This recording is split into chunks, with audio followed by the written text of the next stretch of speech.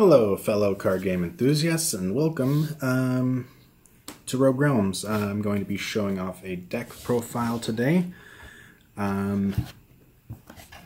We have Baby.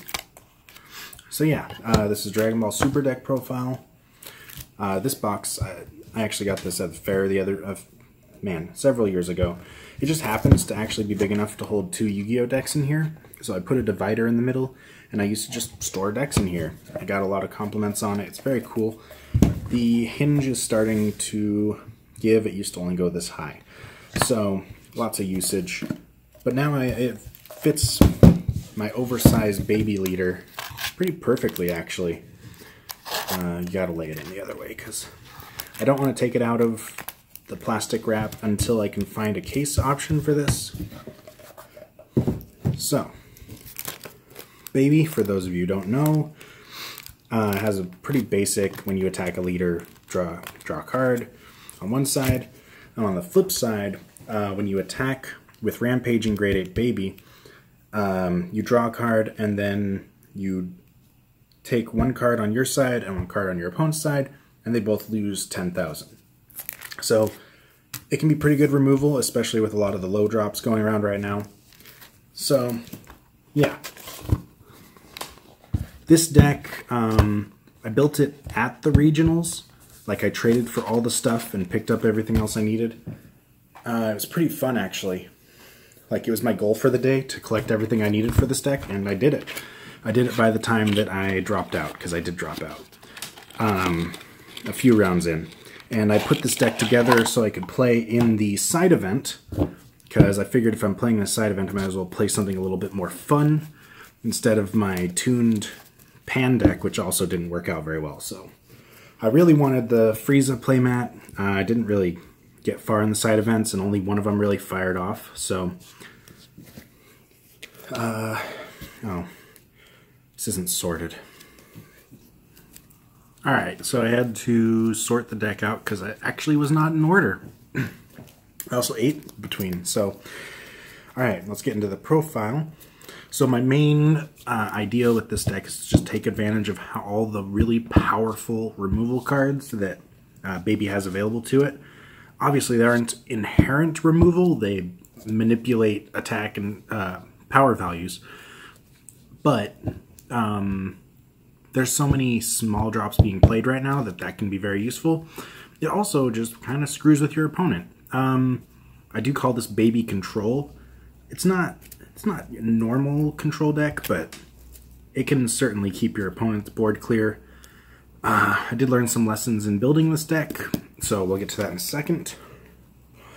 So, the only Baby cards we play are 4 copies of Baby Dawn of Vengeance. We play this one because the Chain Attack Trunks can put this straight on the board. It's pretty much what makes this deck kind of work, is that ability to just drop this off of Chain Attack Trunks. And then we have 3 copies of Apocryphal Grade 8 Baby.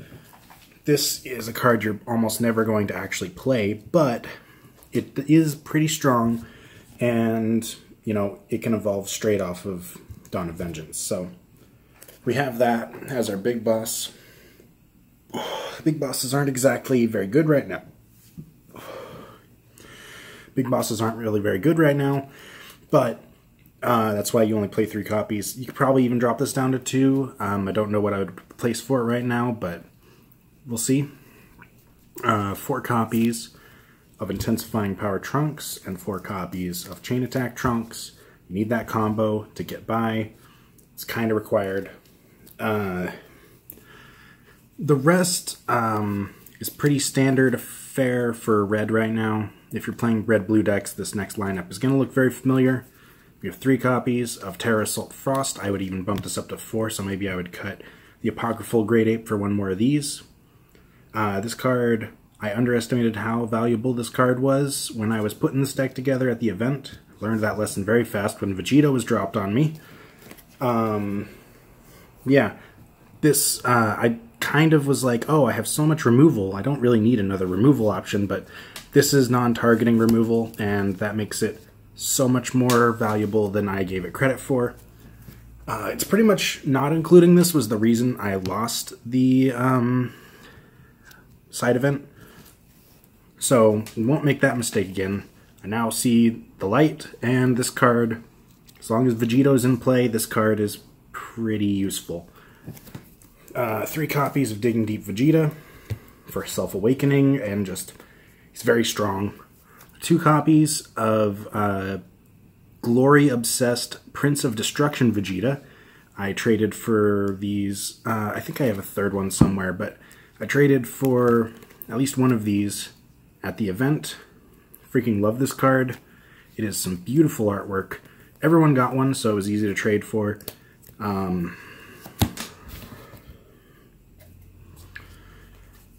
3 copies, double shot Super Saiyan 2 Vegeta. You don't have as much energy, so I don't play 4 of this. I don't play a blue package. I don't really like going mixed. I understand why everyone plays a lot of blue, but I feel like there's a lot of untapped potential in playing mono. Like pure mono. Fearless Pan, 2 copies. This is just another target for Chain Attack Trunks, and honestly, your opponent is going to have a real fun time trying to defend against this if you drop this with a bunch of cards on the field. This deck doesn't really swarm so much though, so I only play 2. 2 copies of Furthering Destruction Champa, just for surprise double shots, obviously. Pride and Justice Toppo. This comes up actually pretty often. Even if you're not playing the blue, holding energy for this is really freaking useful. And I have 1 copy of Foreseeing Hit. The reason there's 1 copy is because that's all I own. I actually traded for this at the event. Thought I'd include it. 4 copies of Handy Giru, because why wouldn't you play Giru? Now we get into the real meat of this deck, which is the extra cards. We play a lot of them. So we have Foul Revenge at 4. This you potentially could cut down a little bit, but it's free, so like you can just get rid of stuff. Like, that's really good for no energy. Obviously, it doesn't have the same utility as something like Legendary Flute, but since you can't play Legendary Flute, something like this is very useful to have on hand. 4 copies of Revenge Death Ball. I feel like this is actually the main reason you want to play Baby over Dr. Mew, because this card is like just crazy powerful. Like, this can take away, this can stop Storm from happening. Like, this will take away a Bardock that's attacking just instantly. So you can cut off Storm attacks, you can stop people from hitting you with Intensifying Power Trunks. This card, it goes up to 15, I think it takes away 15,000. Yeah, 15,000, and it'll make your guy 10,000 stronger. So if your opponent's attacking with a leader at your leader, this will help you get over that leader, but also will take some board presence away from them if they have any. 2 copies of Vengeful Onslaught. On the fence about this one. It's really good, but it also just doesn't really do a whole lot. It lets you get another attack in, which could be a total surprise for your opponent, especially if you've already given everything double strike. That extra hit could make all the difference. Baby Subdual. This is a candidate for removal. I only play 1 copy. I mostly play it for the flavor, because honestly taking away like cards from your opponent's pretty good, but given what's currently in the meta, this actually doesn't help you that much. Like, there's no good targets for this. Like, you can't take away Vegito, you can't take away Bergamo, because they both have barrier. You could potentially take away any of the 15k beaters that are dropped by Chain Attack Trunks, so there's that, but really, this card isn't that good. Again, I mostly play it because it's fun. You could literally put anything else in this slot and it'd probably make the deck better, but I play it for fun. So this really isn't meant to be a super competitive deck. It's meant to be playable, but I made it mostly because I wanted to. So lastly, since we're playing Rampaging Grade 8 Baby, that means that by the time we want to start negating attacks, we have access to a Saiyan, because the flip side of Baby is treated as a Saiyan. He has a Saiyan in his special traits. So Unending Awakening, very powerful. It's going to make it much harder for your opponent to get over Baby, which is kind of what you want, especially when your opponent starts storming on you. Yeah. And that does it. That's the entire deck. I think this deck's very fun. If you want to just screw around at your locals, definitely put this deck together and you'll probably catch some people off guard. I know Baby is seeing some play. It's not really seeing play at competitive events, but I know there are people out there playing this at locals, so you know, if there's a lot of people playing Rudigarn floating around, this deck might actually be for you, because I feel like this deck's pretty good. Anyway,